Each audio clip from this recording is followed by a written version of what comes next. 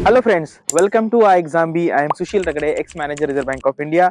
और आज हम औरंगाबाद यानी कि संभाजी नगर के यूनिवर्सिटी के एरिया में आए हैं। आप देख सकते हैं नेचुरल सेटिंग है और पीछे बफेलोज यानी कि भैंस भी है। तो चलो हम अपना डिस्कशन करते हैं। यहाँ पे ना काफी सारे स्टूडेंट्स को फेज वन की बहुत दिक्कत होती है। फेज वन यानी कि आपका जो प्रीलिम्स एग्जामिनेशन होता है आरबीआई का, आपको पता है वहां पर क्वांट है, इंग्लिश है, रीजनिंग है, जीए है। तो इसकी तैयारी कैसे करनी है। और कभी कभी ना स्टूडेंट यहाँ पे बहुत मतलब डर जाते हैं कि यार ये कोई मतलब आरबीआई गेट भी बहुत कोई अलग एग्जाम, ऐसा बिल्कुल नहीं है। आपको पता है अपना जो आईबीपीएस है वही ये एग्जाम को कंडक्ट करता है। और ये एग्जाम डिफिकल्ट इसलिए बन जाता है क्योंकि यहाँ पे एक तो कंपटीशन बहुत ज्यादा है। 1 लाख के आसपास, 1.5 लाख के आसपास लोग यहाँ पे फॉर्म भरते हैं। 1 लाख के आसपास लोग एग्जाम देने जाते हैं।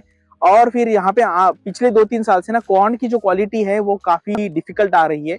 यानी कि अगर आप देखेंगे परसेंटेज वाइज तो 15% का cut off RBI grade B में फेजर में रह रहा है।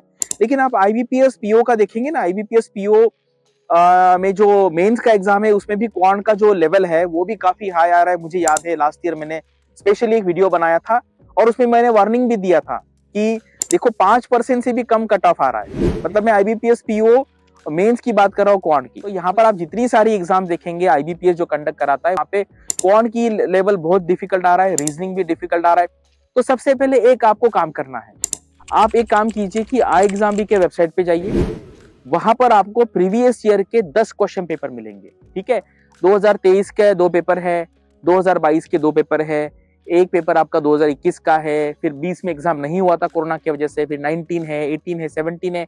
ऐसे आपको 10 क्वेश्चन पेपर मिलेंगे और वो आप सॉल्व कीजिए। अगर आप क्वांट का भी अगर आप सॉल्व करेंगे तो जैसे मान लीजिए 30 क्वेश्चन है तो 30 आपको 10 पेपर में 300 क्वेश्चन मिलेंगे।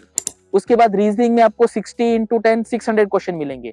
इंग्लिश में भी आपको नियर अबाउट 300 क्वेश्चन मिलेंगे। तो ये क्वेश्चन पहले आप सॉल्व करके आपकी क्वालिटी देखिए कि यार कितना पढ़ाई आपका हो चुका है, कौन कौन से चैप्टर्स में आपको और मेहनत करने की जरूरत है, कौन से चैप्टर आपके अच्छे हैं। ये होने के बाद फिर आप आईबीपीएस पीओ पे जाइए, प्री मेंस लीजिए, एसबीआई पीओ का प्री मेंस देख लीजिए।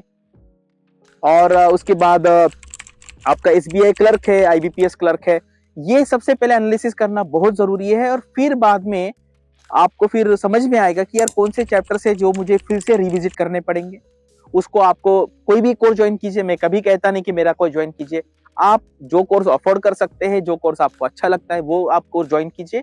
और वहां पर बेसिक वाले जो वीडियोस हैं, जैसे क्वांट का बेसिक के वीडियो है, रीजनिंग के है, इंग्लिश के है, वो सारी कंसेप्ट देख लीजिए। उसके नीचे जो कंसेप्ट वाले क्वेश्चन होते हैं या प्रैक्टिस वाले क्वेश्चन होते हैं वो सॉल्व कीजिए।